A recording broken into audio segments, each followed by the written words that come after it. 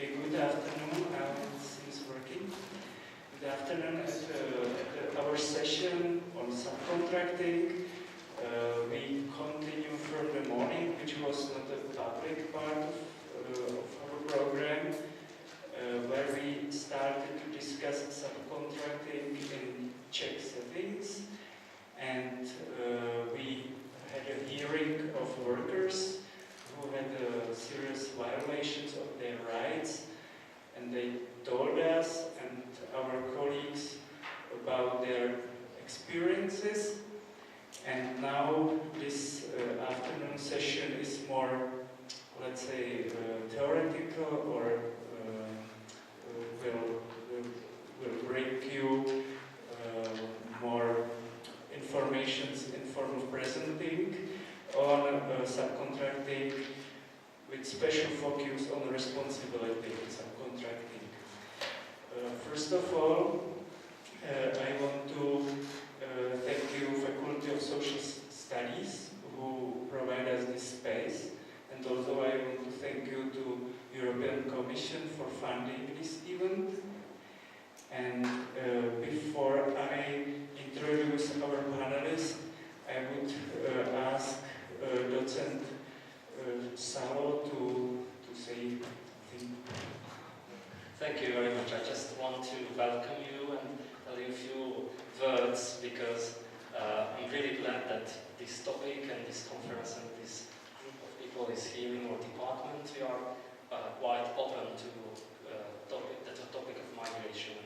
Did twice migrations conferences and all that stuff, and myself I was dealing with transaction migration for a while, and I think that it's very important, not the migration or migrations on itself, but that you are focusing also to the inside of the picture, because today, or these days, we are just hearing more about the borders, about closing the Europe's borders and beginning a new chapter of building Fortress Europe is actual. It's very important to see what is going on and what is happening inside of these fields and in these societies.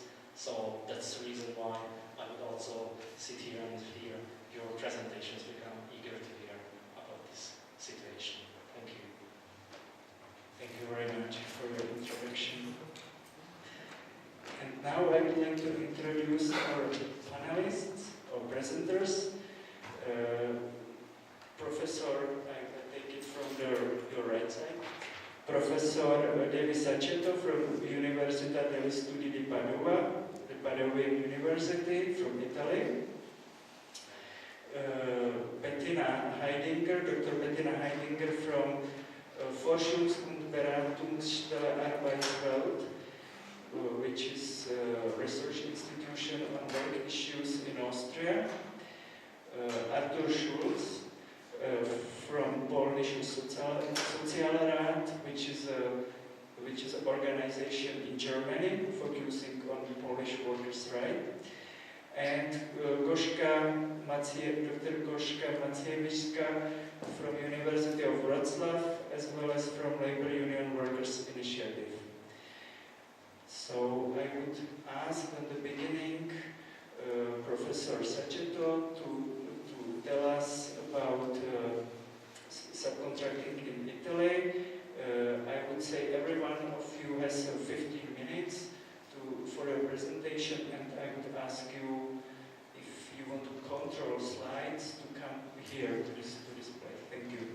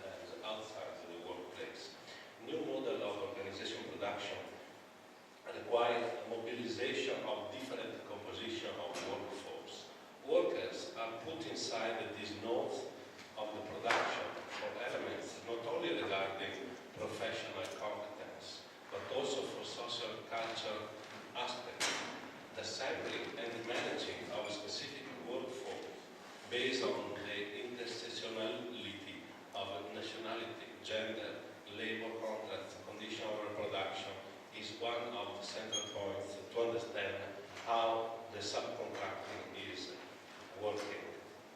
Subcontracting permits to divide the production cycle in different sub-cycles with the segmentation of workforce. In the sub-cycle, the tasks can be further divided with the development of neo-Taylorism practice.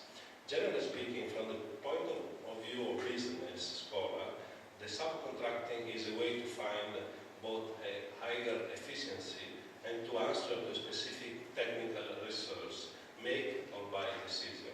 Trade unions argue that subcontracting is motivated by cutting labor cost, increase work intensity, circumvent collective bargaining system, and more generally to overcome labor market regulation.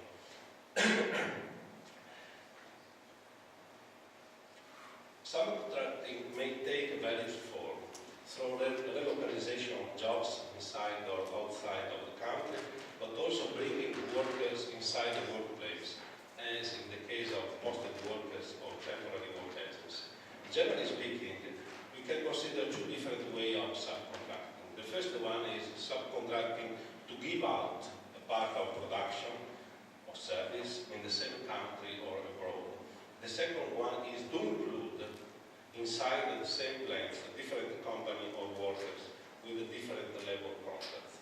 In the second case, a very important role is put in place by intermediaries or facilitators of mobility as temporary work agency, informal intermediaries, as in the case of Haidenger that we speak in a few minutes, and other kind of headhunters for selection of workers.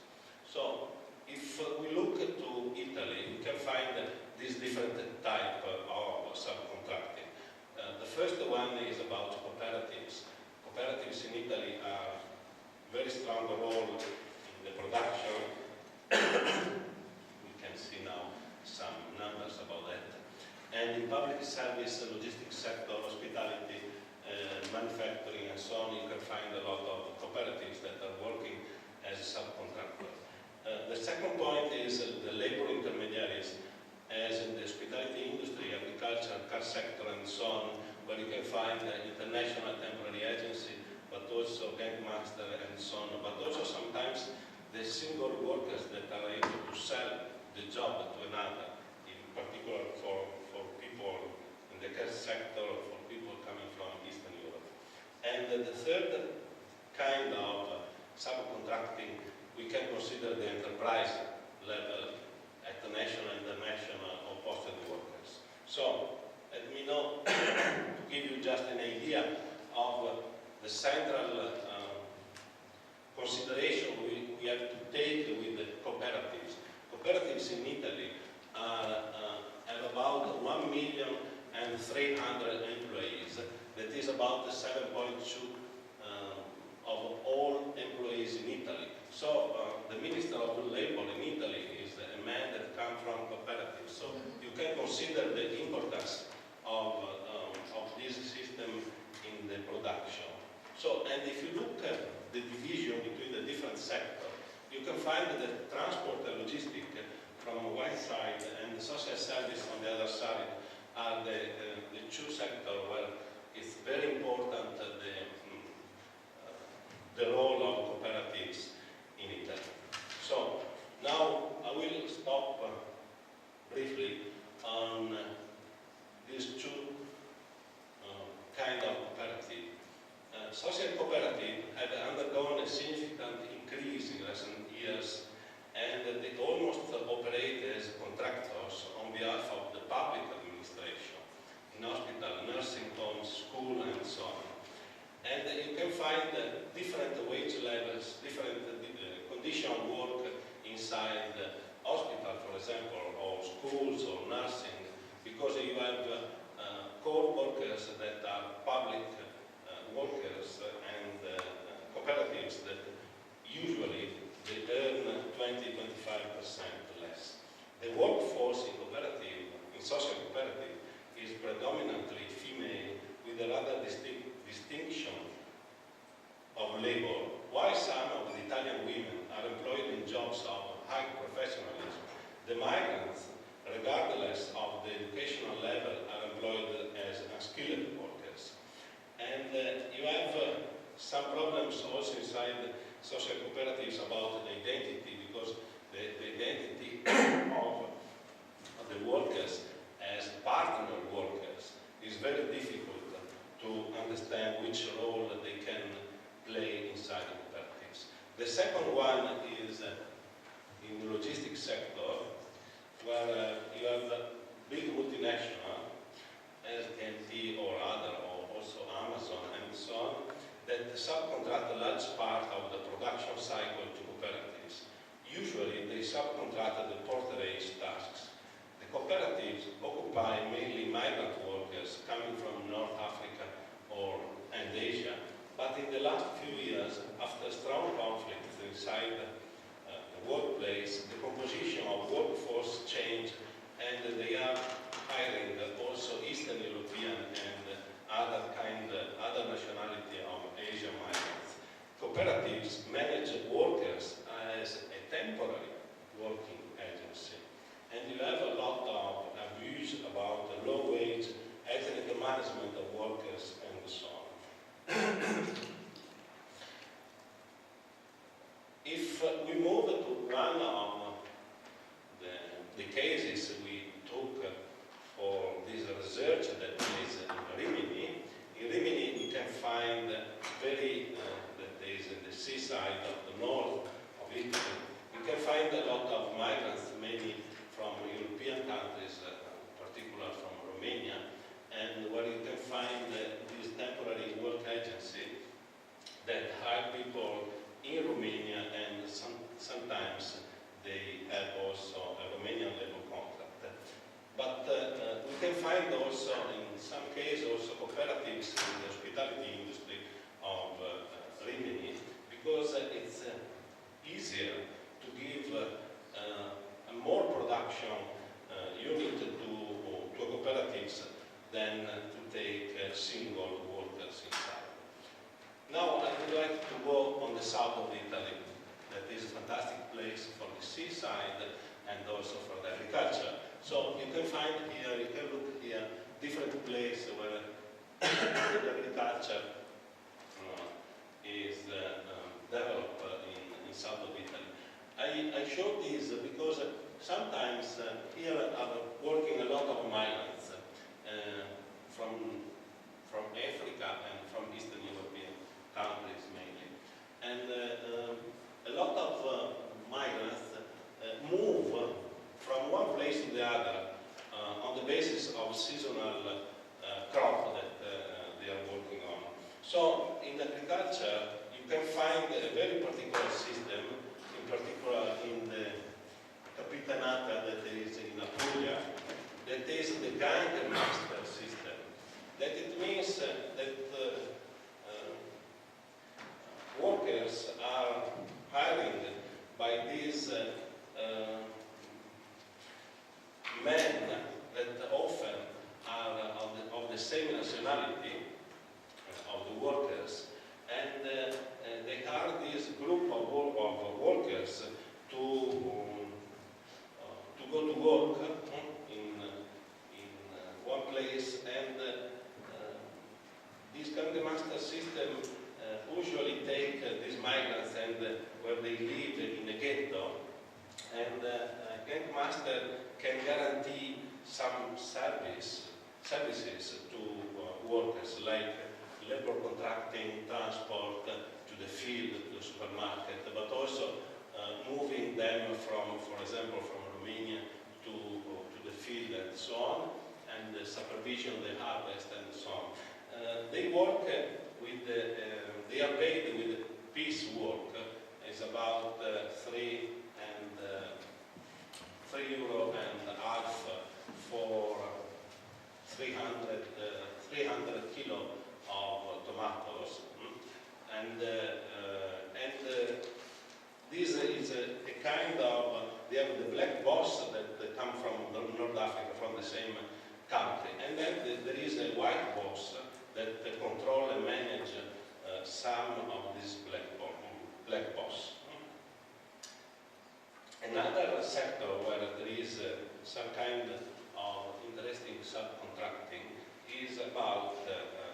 building sector.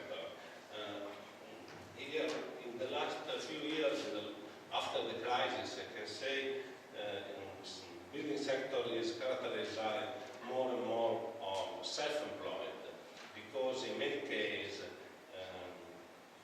the employers have been compelled, employees have been compelled to become self-employed, and they work as a subcontractor for the same firms. You can find also in Expo, for example, in Milan, some posted workers also inside this sector. The last case that I would like to present is in the shipyard, where you can find this construction of big cruise, the largest, the beautiful, more beautiful cruise in the world, and so on. And we have 3 shipyards in Italy. One is close to Venice, the other is close to Trieste, and the other in Genoa.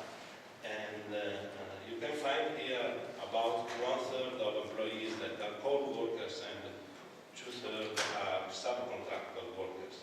And this is a long history, because in shipyards I started doing research in mid-90s, and there was also 20 years ago some kind of posted workers, obviously work for the law, the European law, but it was some kind of people that were coming from Croatia in particular, with the Croatian enterprise and with the Croatian contract. So, what we can say from all these cases?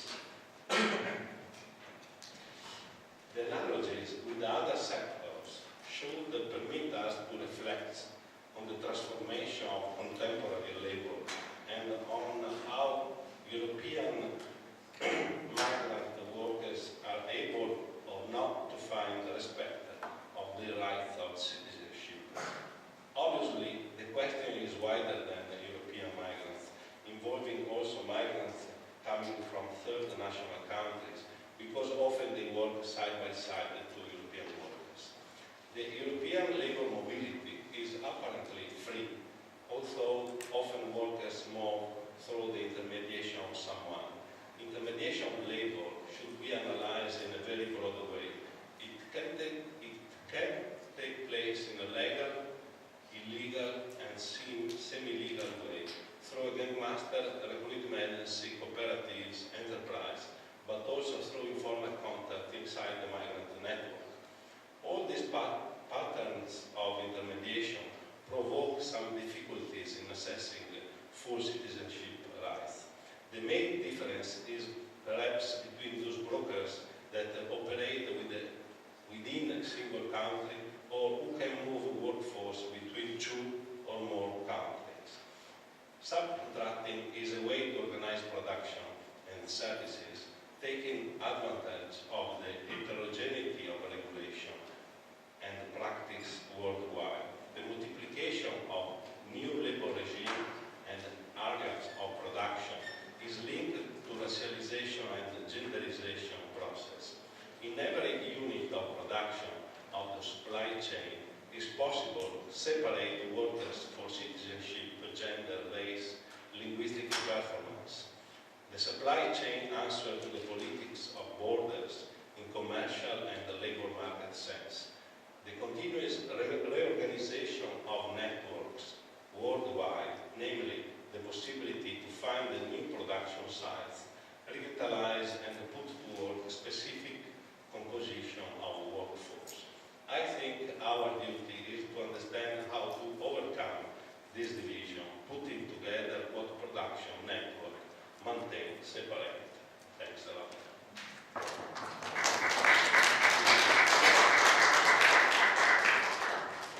Thank you very much.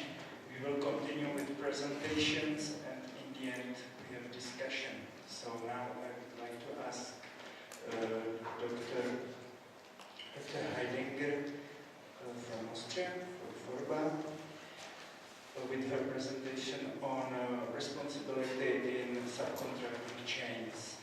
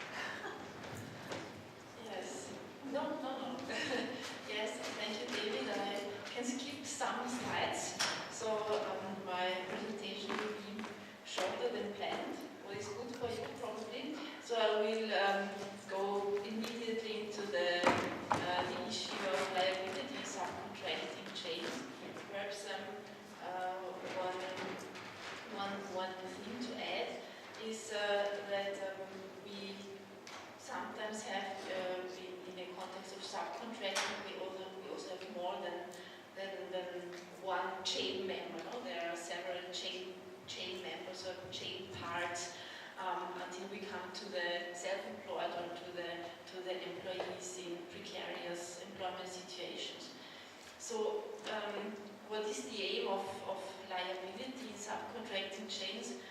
The aim is to rebuild co-responsibility or liability of actors in this chain that are other than the direct employer, for ensuring that some or all labor and social rights of workers in this entire supply chains are met. And this can be done through soft measures, through regulations on company level, through, for example, responsible supply chain management and so on, with international framework agreements, or which are agreements between multinationals and global union federations, or with hard law measures. And in the European Union, and I think also in other countries beyond the European Union, there's thought about or even implemented some legislation to ensure a so-called joint, limited, or even chain liability. So, what is joint or limited liability? This means that the contractor or the contractor together with one subcontractor can be held liable for insurance contributions, for wages, for taxes, of course, also vis-a-vis the authorities. So this is joint liability, and chain liability means that this liability also goes through to the last member in this chain. And sometimes it's also some confusion with this, with the expressions and the terms we're using. I just wrote down terms that have been used by a study which was scrutinizing liability regulations throughout Europe in subcontracting chains, and they speak about the client on the one hand who's buying services, something like IKEA, for example, as we have heard before, or Amazon. Then we have the contractor or the main principal contractor, and then we have like subcontractors. Perhaps I go into the other. What is here? So this is one example of parcel delivery where I made some research on, where you have, here the clients as an example. So there are the clients here on the right hand side, and then we have the service provider or principal contractors, which can be, I don't know, DHL, UPS, but also the national post, of course. And then we have the service partners and contractors, medium firms, and then subcontractors, and then we have in pink those who are the couriers who are bringing and taking the parcels. So I'm in the right wrong direction. Okay. Now I come to the regulations at stake in Austria.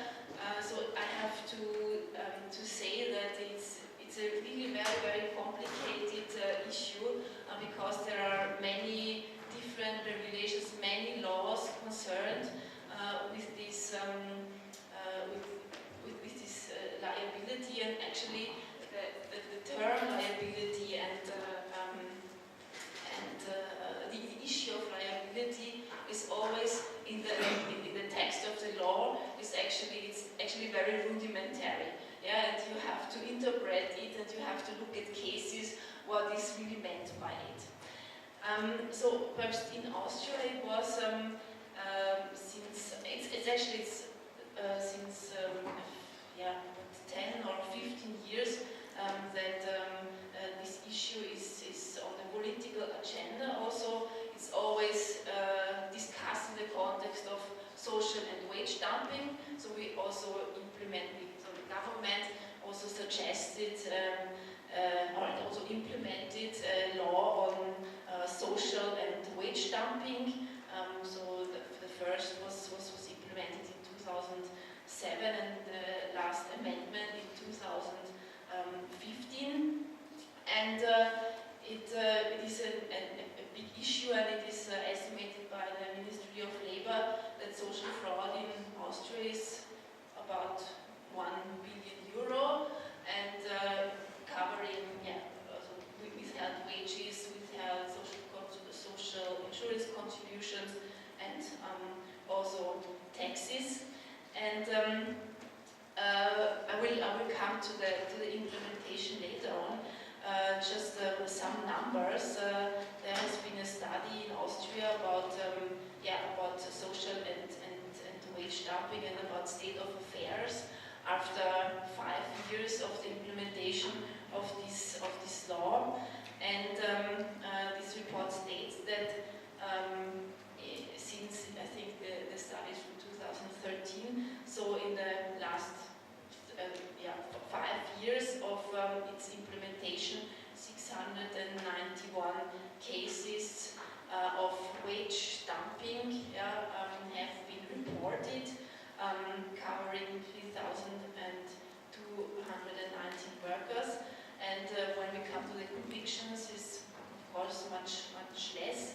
There were convictions against convictions with respect to wage dumping against 228 firms, covering 582 workers, and most of the firms that were convicted were foreign firms. In Austria, it's mainly the construction sector, but also cleaning, and to a less extent, actually, the transport sector. So the strategies of social and wage dumping is, it's more not the same. I think there are national and institutional also particularities of each country, but in Austria it's especially bogus firms in subcontracting constructions. So this means that there's professional fraud at stake, and subcontracting from Austria to firms abroad. So the issue of posted work and bogus self-employment.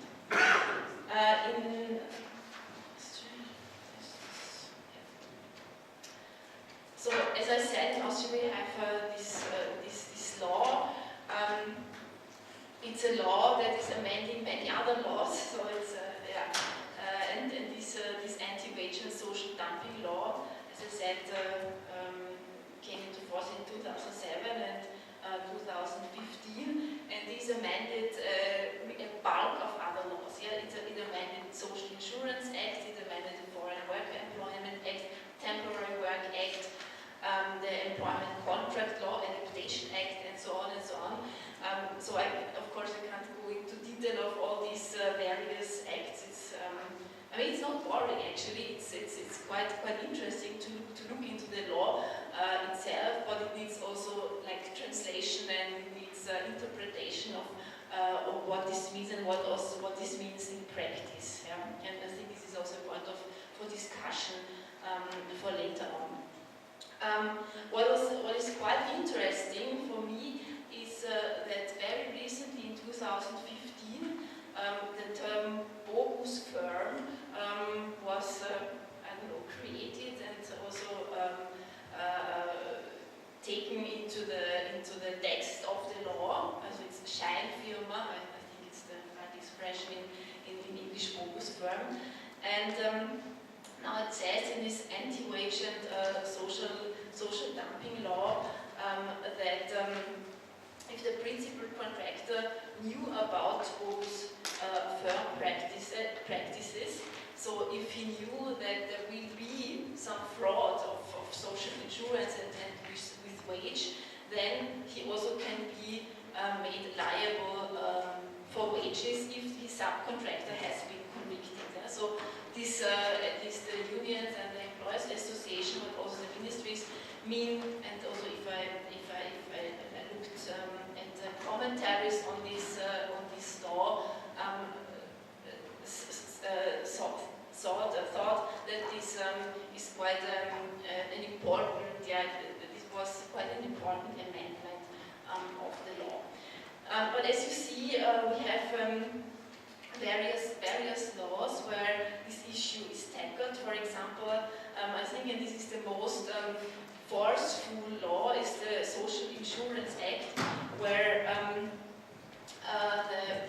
the contractors can be made liable for non-payment of social security contributions of their subcontractors, and they also have to pay 20. So let's say they have to pay 20% of the paid compensation of work performed to a fund, and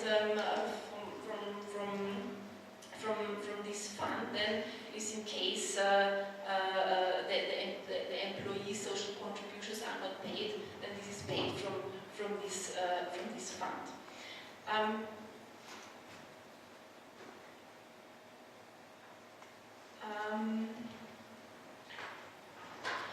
I think one issue was what was mentioned also today in the morning is how health and safety issues are covered. Sometimes we forget about this when only talking about wages and so on, but I think this is really an absolute important issue that employees, that workers know about the rights and know about how they can perform their work in a healthy and secure condition.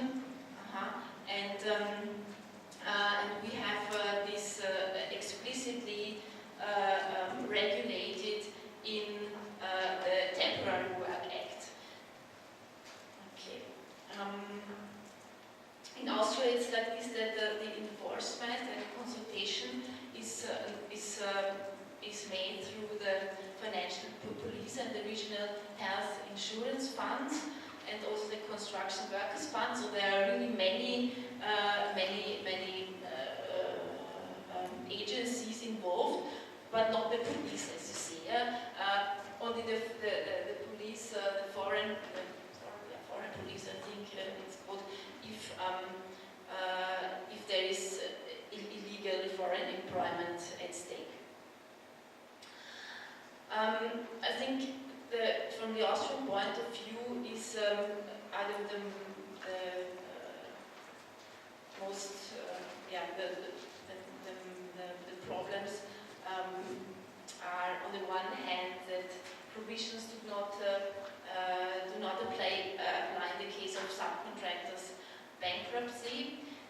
Then that the liability, because we have also another special fund where in case of bankruptcy which comes into force, and that liability is restricted to the highest level in the chain, except if there is a proof that from the point of view of the contractor a circumvention was at stake. Then also this contractor can be held liable for wages.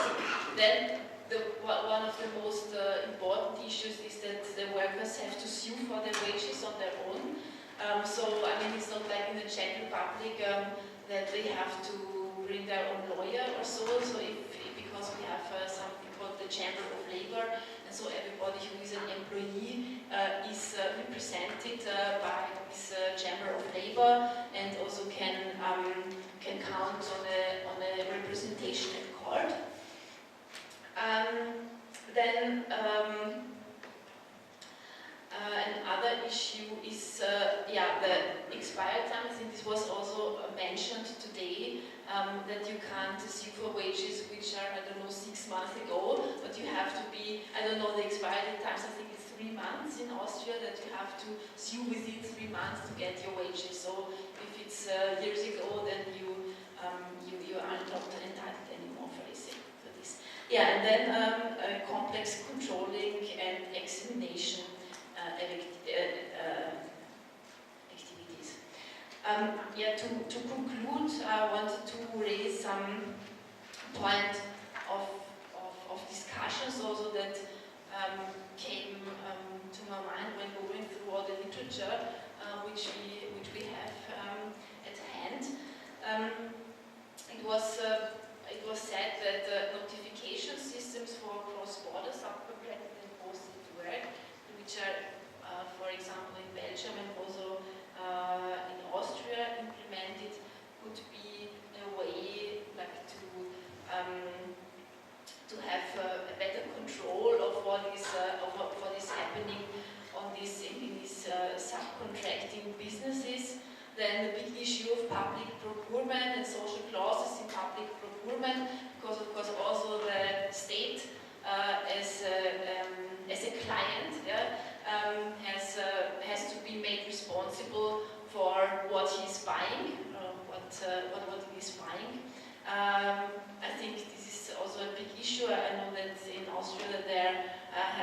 lots of amendments of this of the public procurement laws, and also in other countries.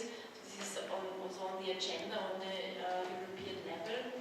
Another issue was calculatory minimum prices for subcontracting. The question is how to implement this. Then is the question of how, what are the pros and cons of contractual liabilities versus statutory liabilities.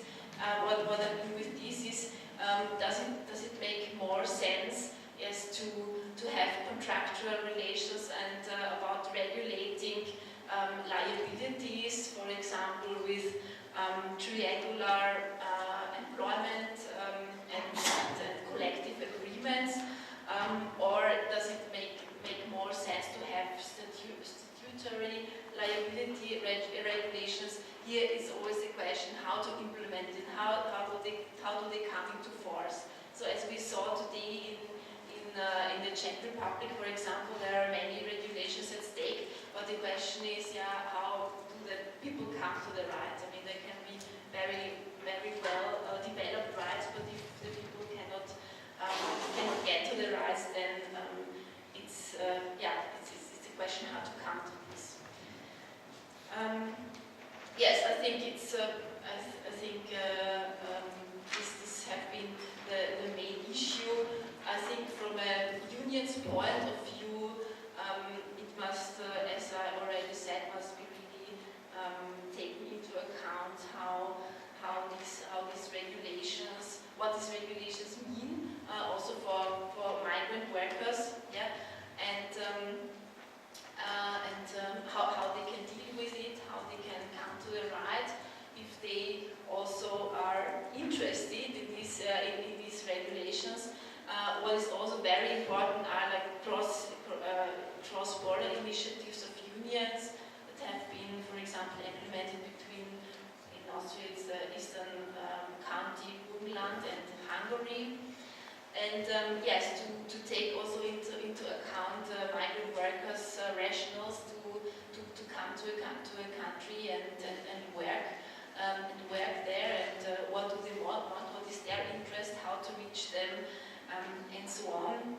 And the last point is also works councils' role, who are actually responsible also for temporary and seasonal workers, and to take also them more into responsibility to care for the whole workforce where also these kind of workers belong to. Thank you.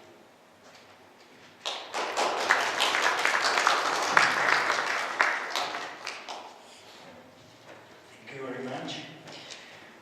And now I would like to ask Artur Schulz from Germany. He has a special kind of presentation, as I would say.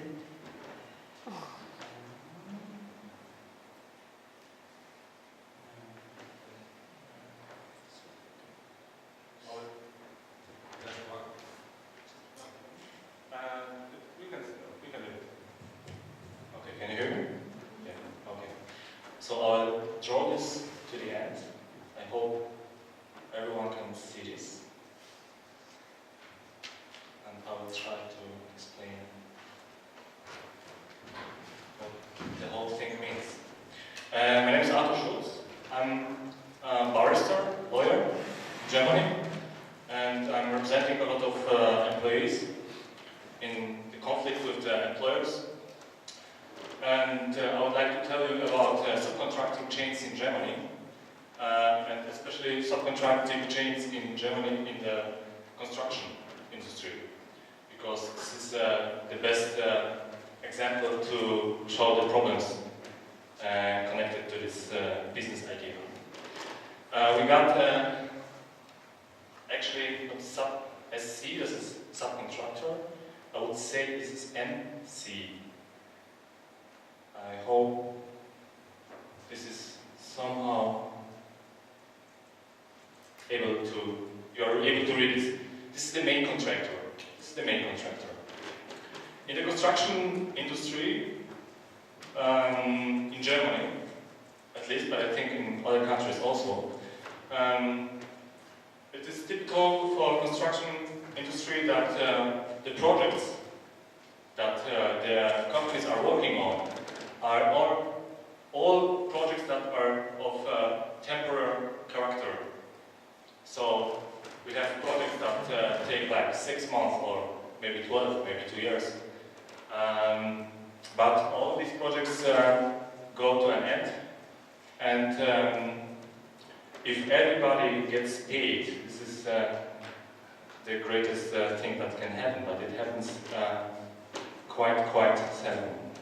What happens? At the top of the chain, you got the big company that took the contract to build something, build a school, build a building, build an airport, and the company, the main company says, okay, I can do all the work. I can put up the walls. I can paint the walls, but I can put up the ceiling because I'm not a professional in this case. So I need some other companies to make this work for me. So there's a contract with the subcontractors of the first level. These subcontractors quite often say, okay, I can do the task number 1, the task number 2, but the task number 3, this is out of my reach. This task, I can do this. So I get a subcontractor. And he's giving out this task to the 2 or 3 or 4 subcontractors. At the end of the chain, there are one-man firms, one-man companies, self-employed, we can call it however we want. People say, or the companies at the top and the companies at the level 1 and the level 2 always say, these are not employees, these are one-man companies. These are firms, they are not employees. What happens to these people? Quite often, very often, these people don't get paid. Don't get paid anything or get paid only partially. So the question is, where do they get the money from? Where do they go? They go to the subcontractor in this level and ask him, listen, you are our contractor, we got a contract, we've done our work, please pay us. What happens in Germany? Quite often, it's not only that he doesn't pay them, he just disappears. What can he do? Of course, they could go to the subcontracting chain one level further and ask the subcontractor of their subcontractor, could you pay us? What does he say? I have no contract with you. I don't know you. Who are you anyway? Did you really do this work? What can they do? They can also try to go to the main contractor. The main contractor says, I paid all my contractors, I paid my money, I paid my prices. I don't care, I don't know, I don't have a contract with you. So, the one-man firm, these people who needs the money the same way the employees need their money. They're one-man firm, they're not companies, they're not limited firms, or firms with a limited liability. There are people like me and you. But the law says they are self-employed, they're not employees. They don't need that scale of protection. The first thing that one can observe in the whole Germany, is that people on this level quite often disappear. Quite often disappear. So it's not the one case, the two cases, the three cases. One can, we have such cases in whole Germany, in the north part, in the west part, in the east part, in the south part of Germany. So the first conclusion is there's a system to it. There's a system to it. The second conclusion is somebody earns money with it. Who is it? I think the first person earning money is this one. He disappeared. The whole job is made, and he don't have to pay anybody. But the most important question in this particular problem is, did this one person get enough money to pay these people properly? That's the question. Did he steal the money, or did he just didn't have enough money to pay the subcontractors he dealt with? So, where's the responsibility? Is this only this person? Or maybe this level? Or maybe even this level? Who's responsible for that? Because if there's a system to it, we can be sure that there are people earning money by the system. And we don't have proofs, but I'm quite sure that the companies at the top of the chain know very well that they can save some money here, and maybe here, and maybe here also. They don't have to pay 1 million euro for the project. Maybe they will have to pay only 900.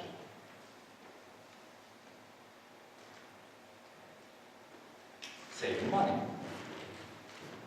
So, who can we make liable for this? There's a rule in German law, and I think it applies to all the law systems that I know. If I establish a source of risk for other people, then I'm responsible for the risk, realizing that these people probably don't get paid, realizing that this amount of money probably won't be enough.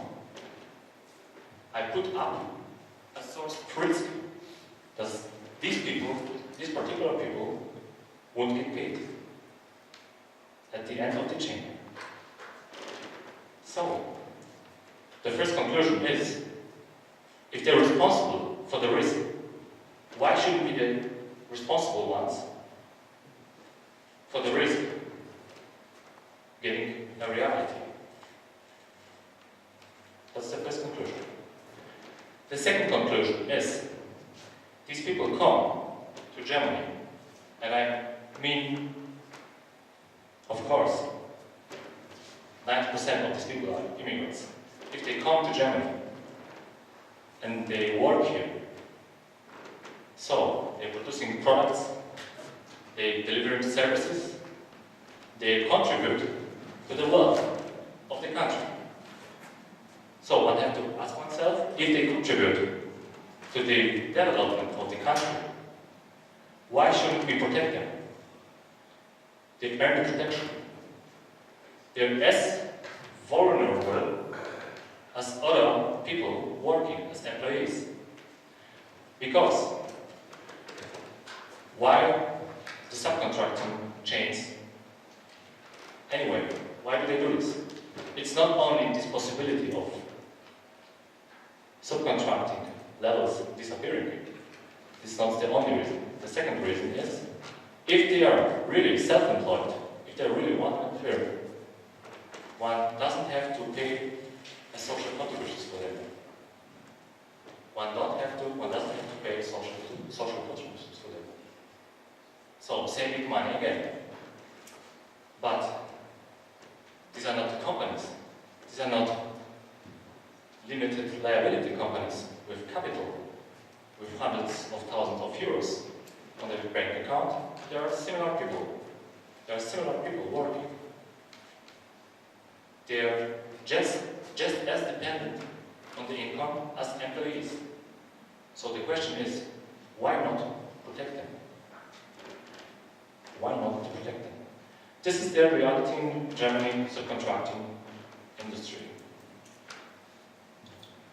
Big companies saving money, and small people at the end of the chain not getting anything.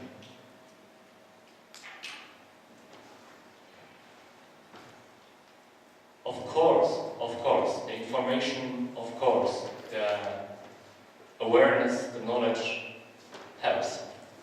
But the thing is that it's a market that puts the pressure on the people who want to work. And even if they know the disadvantages of this way of working, they will have to do this. They will have to do this. I think it's up to the states, it's up to the states like Germany, like all the members of the European Union,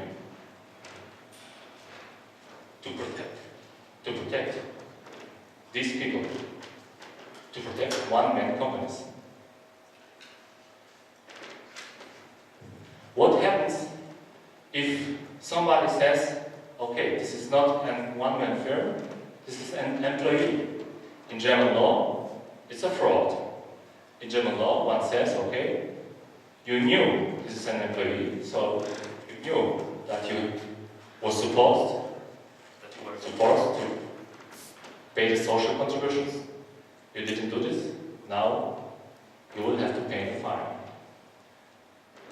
The industry, the construction industry, found a way to avoid this risk. How? Employee, by German law, is a person that is dependent from his contractor. That means this employer is allowed to say to his employee, today you will work from 9 till 5, today you will do this and this and this test, and you will do this in this and this and this way. This is an employer talking to an employee. If a subcontractor of this level, for example, will do this, the authorities will hopefully come and say, okay, this is illegal, these are employees, they are protected. Even if they are declared as self-employed, they are in reality employees. And now they are protected. The companies found a way in making the task given to the subcontractors as specific as possible. Your job is to paint walls, nothing else. Please do this by the 2nd of December. Your job, build this wall. You have to do this by the 1st of January. That's all. He doesn't interrupt him. He doesn't influence the way he works. So, this is really a one-man firm. So, the way of helping these people by saying, okay, in reality, they are employees, is cut out. We don't have this way. We don't have this possibility. These people are vulnerable not only to the fact that their contractors won't pay them, they also are victims of the insolvency, of the companies going bankrupt. And then, as an employee, I am able to get my freelance loans, as my colleague said, from the country, from the special fund. But as a self-employed contractor, I won't get this money. I'm alone. So the risk of going bankrupt is put to the whole level, to the one-man firm. Not only they don't get their money, but they also, the people that suffer the most from the bankruptcy of this or this or this or this. The risk is terrible. The risk is great. The construction industry is of temporary character. Companies are going bankrupt every day. And this is normal. That's why employees are protected. He's a participant of the market. He takes the risks and the chances. That's okay. Employee is dependent from his employer, from the money coming every month. It doesn't take a risk. It doesn't take a risk. It doesn't take a chances. He gives his work. He gives his craft. He gives his power, and he gets money from this. That's exactly the same what these people do. I see no reason not protecting these people just as strong as employees. If these people get together, grant a firm, limited liability company, they take chances and risks, that's okay. But they don't. They don't have money for doing this. And that's the reality in the German subcontracting chains. It's quite terrifying. My experience is that these people working in the German construction industry have to accept up to 4 months of living their money in a year. One has to imagine what does it mean. 1/3 of their time they don't get paid. 1/3. But all the work is done. So I think one has to ask oneself, can we really let these people without protection? And one has to ask oneself, why don't we protect people who contribute to our wealth, to our system, to our market? Why don't we protect them? Because every investment of the authorities in this level of the subcontracting chain is justified by the fact that these people work in the country and contribute by the work. Thank you very much.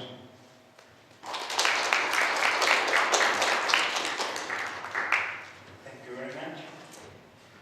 And our last presentation,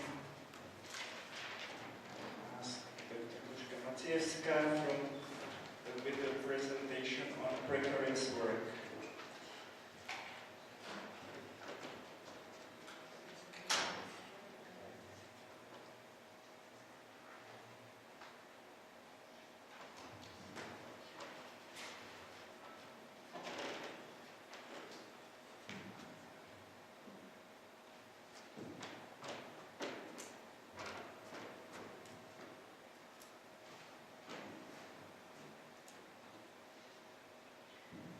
Good afternoon. Thank you for your attention on Friday afternoon. I hope you're not so tired.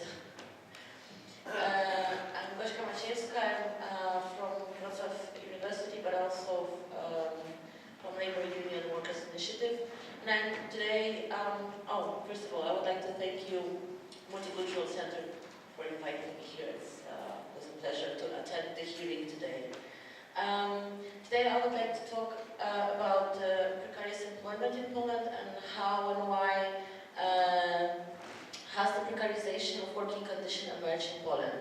And I would like to say about two cases. One is LG Corporation and the second is Amazon, and how do they reproduce precarity in Poland.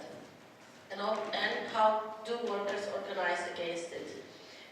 These data and analysis are derived, among other things, from the research we conducted with my colleague Adam Rozowicki from Wroclaw University for the Precary project. I can tell you more about it afterwards.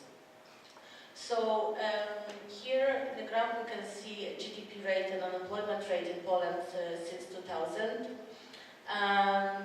And then I would like to point that since the global financial crisis of 2007 plus hit Europe, Poland has been one of the countries which has significantly experienced this in macroeconomic terms.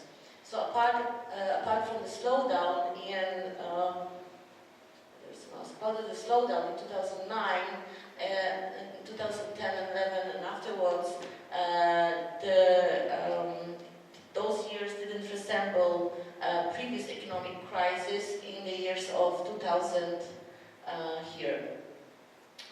2001, 2002 and 2003. Here was the economic crisis in Poland. When the GDP dropped to nearly 1%, and unemployment rate skyrocketed even more than 20% people were unemployed. Okay, so one of the reasons for this development was that there was a mass migration since Poland joined the European Union. The mass migration started in 2004 and the highest peak was in 2007. In 2007, overall 6% of total population was living and working abroad, and altogether between 2004 and 2011, circa 4 million people migrated abroad. So this migration created or served as a kind of the safety valve, and in the aftermath, the situation of the labor market got a little bit better in terms of wages and unemployment. But yet there was another reason why the economic crisis didn't hit Poland so badly, and here is a key point to which I'm heading. So yet another reason for this was the already existing highly flexible dual labor market. So since the beginning of 2000, we could observe an expansion of the use of temporary employment in Poland, and the share of employees with contracts of limited duration, which is the blue line you can see here, grew from nearly 6% in 2000 up to nearly 30% in 2007. And it is the highest share of temporary employees in the European Union. Additionally, it is also estimated that 1.5 million workers in Poland perform their jobs based on various services like civil law, contracts, or as a sole form of their work, so without any additional contract. And it means the lack of social securities in this context. And in this respect, especially young population is at present facing in Poland very precarious conditions of work, both in terms of wages and low stability of employment, but also in terms of deprivation of the right to unionize and also deprivation of the right to strike. In 2013, 71.2% of workers under 25 years of age were employed on temporary contracts. The other quite disturbing disturbing process is that a part of temporary work agencies, which is now estimated of 700,000 workers in Poland, there is a process of outsourcing, which means that there are companies which gain contract from main contractor, especially to hire people to work. And they don't have to obey the labor code, they don't have to give labor contracts to the workers, they can hire them on any kind of different civil law contracts and agreements.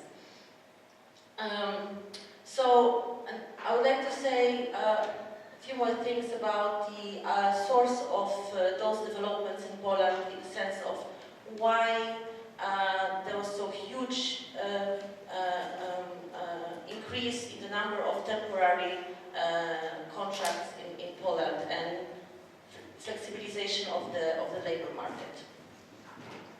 So for sure, one of the reasons was that when Poland joined the European Union, there was a systemic adjustment to the European Union regulations, which were extremely focused, we could say, on flexible employment.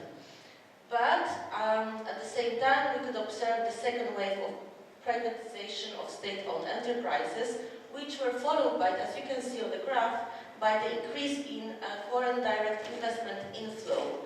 And they increased significantly between 2004, 2006, and 2007.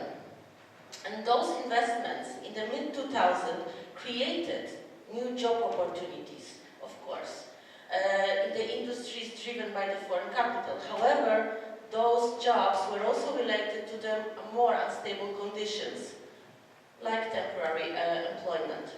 Also, the economic instability and radical changes in the legal framework concerning the labor market in the early 2000s triggered a bottom-up adaptive practices of employers which aimed at counteracting this kind of economical crisis and instability, and they started to use massively the flexible contracts, flexible precarious contracts. Overall, these processes opened the ground for new and more flexible, precarious conditions of work. And then I would like to point to where those direct investment inflows go. So where they have been located. And 48% of foreign direct investment inflows were located in special economic zones. Precarious working conditions started to be very visible in a close-up lens in special economic zones. What are the zones? The special economic zones are selected territories where the investors do not have to pay different kinds of taxes, among other things, corporate tax or land real estate tax. They came to existence in 1994, however they start the process of employment in 2000s, and at present there are 14 special economic zones with more than 280 subzones, and overall they employ more than 2% of the workforce.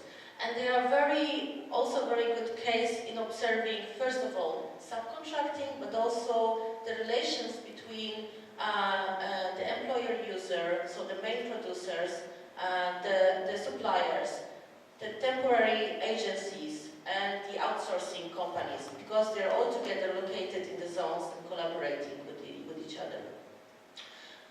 So we can say that the zones are were kind of laboratories for precarious employment, and they play a crucial role in this kind of neoliberal mode of development in Poland. And now I would like to come to two cases which are located also in special economic zones. So first of all, the first case is the LG Corporation. Probably you know, they come from South Korea. The corporation comes from South Korea. It's producing electronic devices in Poland, mostly LCD TVs, so liquid crystal displays. They came to Poland in 2007 and they located the production in one of the subzones near Wroclaw. A little bit about the electronics in Poland is that we can say that Poland is a kind of a stopover in the electronic production.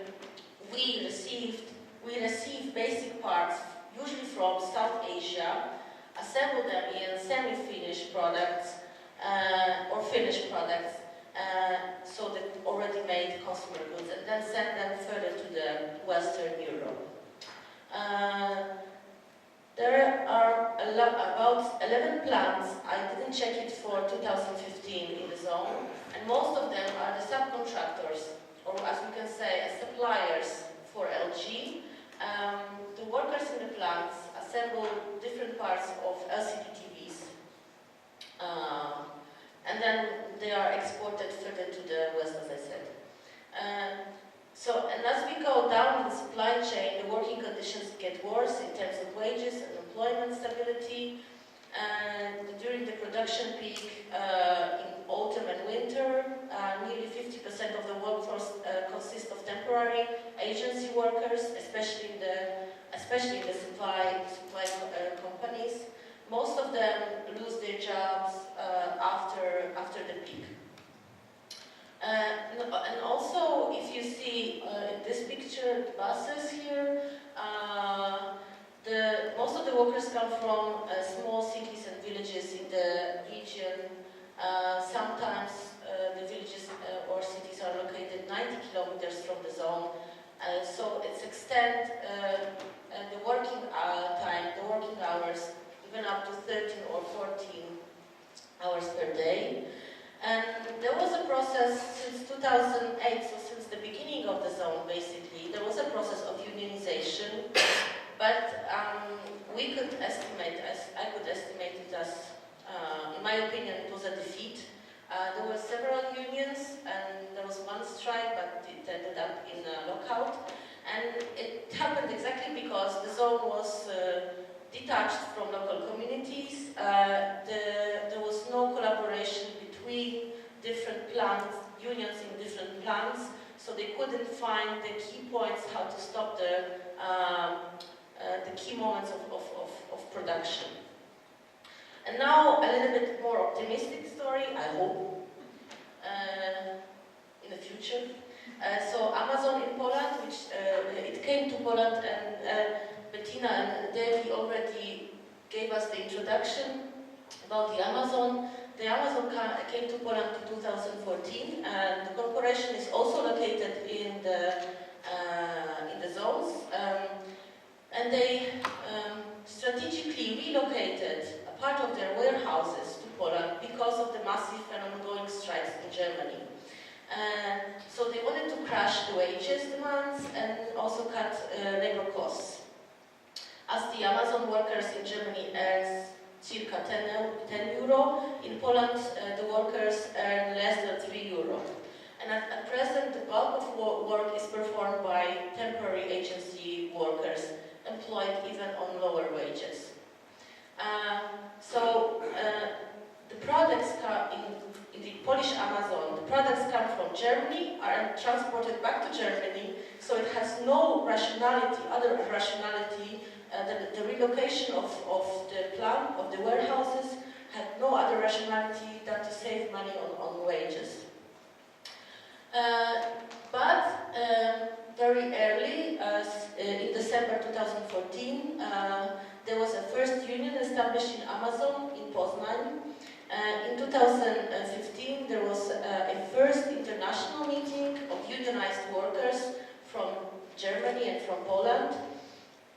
And I would like to a little bit conclude or wrap up with the same thought as I think Devi was mentioning today in the hearing about international collaboration. I think this is a key, very, very key moment in strategizing how to organize how the workers organize in Amazon, that they started to organize internationally very soon when they opened up the warehouses in Poland, exactly because, I will give you only one example. In June, there was an ongoing strike in Germany, so they relocated part of their products to Poland and forced Polish workers to work 1 hour more each day. And Polish workers were already collaborating with workers from Germany, and thus they knew that this is the strategy to lock out the strike, to crash the strike. So they also went on strike and they stopped the production in that 11th hour of their work. So I think I will end up here. Yeah.